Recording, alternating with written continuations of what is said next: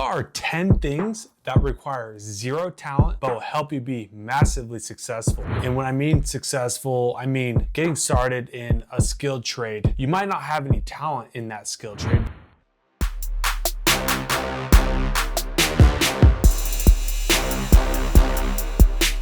Because you're 18 years old, or maybe you're 30 and you've never worked in that field before, or done that kind of work before. So you have no talent, you have no experience, you have no education in that field, in that line of work. Now, what are 10 things that are going to help you getting started? And these 10 things require no talent. Let's hop into thing number 1. And now this is being on time. And this requires no talent, right? This literally just requires you to get up early for work, or whatever the case may be. Maybe it's not even work, it can be for anything. If you're an apprenticeship, you have apprenticeship class, you have apprenticeship training, you have these things. You need to show up on time. And like I've always said, and I'll always say for the rest of my life, is if you're not 15 minutes early, you're 15 minutes late. Early is on time and on time is late. Thing number 1 is be on time. That requires zero talent. But let me tell you, being able to be on time, whatever the situation may be, maybe it's an interview or an aptitude test or orientation, try to be early, which is on time. Thing number 2 that requires no talent is work ethic. Some of us, or some people, they grow up and they are raised with work ethic, right? If you grow up in the country, or you grow up on a farm or a ranch, or you grow up with parents who had you do yard work and do things outside and work on property. In this generation, it's a little bit different now with the technology of cell phones and social media and television and PlayStation and Xbox and all that crap. You know, I feel like work ethic is falling behind big time in the newer generation. But if you're a younger person, a younger individual, if you have solid work ethic, that's going to put you kind of ahead of the group. Having good work ethic requires no talent, but you just got to be able to work hard. That's all it comes down to. Work ethic requires no talent. Thing number 3 that requires no talent is effort.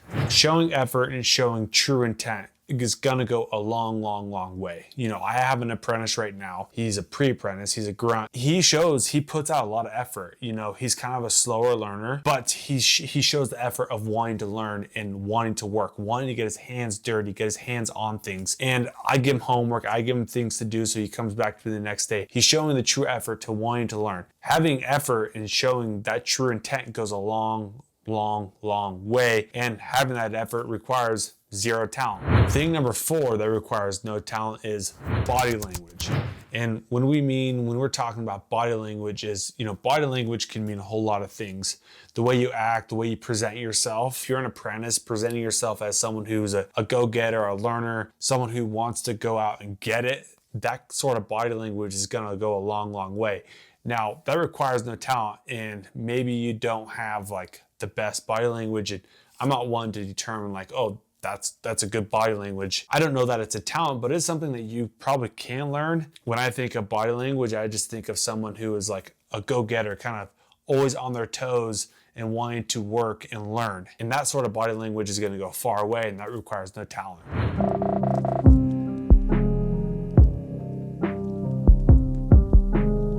Thing number 6 that requires no talent is attitude. Now, attitude and body language kind of go in the same direction or in the same category, because having good attitude goes a long way. If you are the guy, the apprentice, the groundman, the laborer, whatever position you are, that comes into work with a bad attitude, it's negative energy. No one likes that at work. I hate it. I try to be the guy with the positive attitude, with the reinforcing attitude, with the, happy. And now, I'm not happy and energetic all the time, of course, but I try to, because I know how one guy can affect the whole entire crew. Having a negative energy or negative attitude easily spreads. It spreads like wildfire, especially on a 4 or 5 man crew. It's like that negative energy is just, there's no need, man. You're at work for 8, 9, 10, 11, 12, however long, 14 hours a day.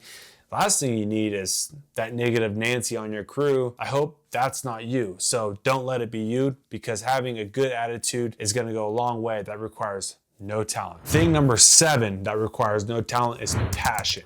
This kind of goes in the same category as effort, body language, and attitude. Passion, showing true intent. Passion for wanting to learn. Passion for being in the trade, for being an apprentice. passion for wanting to work hard and learn more. That passion is very easily recognizable. If I have an apprentice or a groundman, or I bet anyone that works in any trade can see this from anyone really, is showing that true passion. Man, I've worked with guys who are truly passionate about being a lineman, being in the lineman trade. I've had apprentices who are truly passionate and truly love being in the trade and truly love learning, getting their hands dirty, getting their hands on and learning and doing the work. If you have that passion, if you can show that passion goes a long way. And guess what? Passion requires no talent. Thing number 8 that requires no talent is being teachable. Now, being teachable, this is kind of all in the same category as those previous ones I was just talking about. I'll always refer back to this point as well, is God gave you 2 ears and 1 mouth for a reason. Being able to listen, pay attention, learn, retain information, and get educated, whether that's in the field or inside of a classroom, in the apprenticeship, wherever, even on your alone time at home, studying. You can get study guides from other apprentices or from your journeyman, or going online and watching YouTube videos, or like you're doing right now. Being coachable, being able to learn requires no talent. It literally just takes you to absorb information, write things down, take pictures. I tell my apprentices, as I was an apprentice too at one point, having a notebook and taking information people are telling me, teaching me as a resource for me to write down, jot them down, go home, study that stuff at night. I give my apprentice homework, like I was mentioning earlier in the video. Hey, I want you to go home. Your homework tonight is to write the steps it takes to terminate an underground elbow. And then he comes back to me the next day and he's like, here you go. And I read it and I coach him on, okay, all the steps look good, except you need to clarify a couple of these things. What do you mean by when you say this stuff? Giving them homework and as an apprentice, being able to be coached is massively important, right? You got to be able to absorb. Don't be stuck in a little tunnel. Don't be stuck in a cage and just be like, man, these walls are closed in on me and I'm not able to break loose and learn other perspectives, right? Because you work on one crew, they're going to do something one way, and you're going to go work on a different crew and they're going to do that something a different way. You got to be able to be coachable. You got to be able to be flexible and learn, be able to maneuver and go anywheres and be able to adapt and overcome. So being coachable requires no talent, but it's highly important. Thing number 9 that requires no talent, but this is a very important point, is doing extra.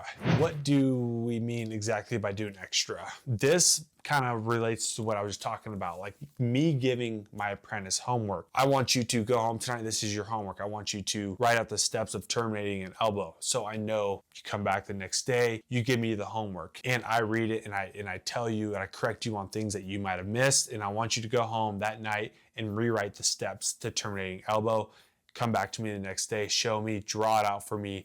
So I know, okay, does he know how to do this? To me, going home and doing that, taking the time to do the homework, shows me that you care and that you want to learn. And to me, that's also doing extra. I think as an apprentice, there's a lot of doing extra. Cleaning the trucks off at the end of the day, filling the cooler with ice and water, doing all these things that aren't specifically like on your job title as apprentice lineman or apprentice ironworker or laborer. These are, to me, these are doing extra things, but they're also part of your job description. Now, they're not written down as an apprentice. You're supposed to do this, this, this, and this, and this. That's not it at all. Doing these little things that someone tells you to do is doing extra. And guess what? Doing extra stuff requires 0 talent. Thing number 10 that requires no talent is being prepared. And this is kind of a big one. If you want to go down the rabbit hole of what is being prepared, that requires no talent. Being prepared is just being prepared to learn, being prepared, having your tools ready, being prepared, physically fit and physically able to do the job task at hand. Of course, depending on the lineman trade or electrician trade or plumbers or ironworkers or steam fitters or the oil field. How can you be prepared? Well, being prepared, having the right tools on the job, having the tools ready to go to do the work, showing up on time. These things are being prepared. Being prepared to learn. Being prepared is a wide category of things. It's kind of a balloon of all these other things I was talking about. Being prepared, it doesn't require any talent, but ask yourself, how could I be prepared to show up to work? What is the best way for me to be prepared to approach this interview or approach this test or approach this orientation? How can I be best prepared? And now being best prepared requires zero talent.